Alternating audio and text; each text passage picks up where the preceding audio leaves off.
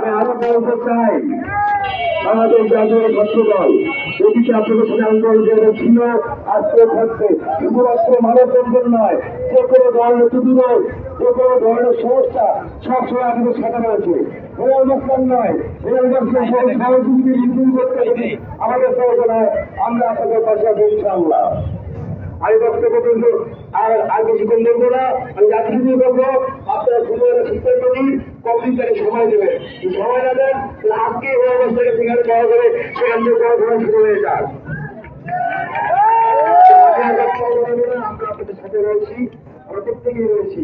সেগুলো শক্তি আমি আমাদেরকে থাকবেন, আমরা বাড়ি করবেন ইনশাআল্লাহ। আসসালামু আলাইকুম। ধন্যবাদ আপনাকে। আমাদের একটাই দাবি, তবা এক দাবি এক, তবা এক দাবি এক, তবা এক দাবি এক। আমরা সাধারণ শিক্ষার্থীবৃন্দ অবশ্যই আমরা দুর্নীতিকে ছাই দেব না। এখন আমাদের সাধারণ শিক্ষার্থীদের পক্ষ থেকে বক্তব্য রাখবে তুফান। তুফান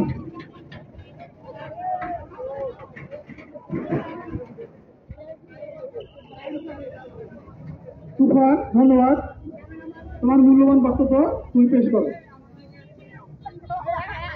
সবাইকে আমার পক্ষ থেকে আসসালামু আলাইকুম এবং সাধারণ শিক্ষার্থীদের পক্ষ থেকে সংগ্রামী শুভেচ্ছা অভিনন্দন। আজকে একটি কথাই বলতে হয়, আমাদের যে শিক্ষা ব্যবস্থাকে ধ্বংস করা হচ্ছে, আমরা সাধারণ শিক্ষার্থীরা মেনে নেব না। শুধু এক খেলা যতজন আগে খেলা করতে সব খেলাকে আমরা আইনের আওতায় আনবো ইনশাআল্লাহ। আমাদেরকে সহযোগিতা করবে, আমরা আমাদের পক্ষ থেকে যতটুকু করার সম্ভব আমরা করবো। আমরা লড়াই করেছি, আমরা 2024 সালে বাংলাদেশকে স্বাধীন করেছি। আমরা সাধারণ শিক্ষার্থীদের আইন মতো না, আমাদেরকে কেন্দ্র রাখতে পারবো না। আমরা আমাদের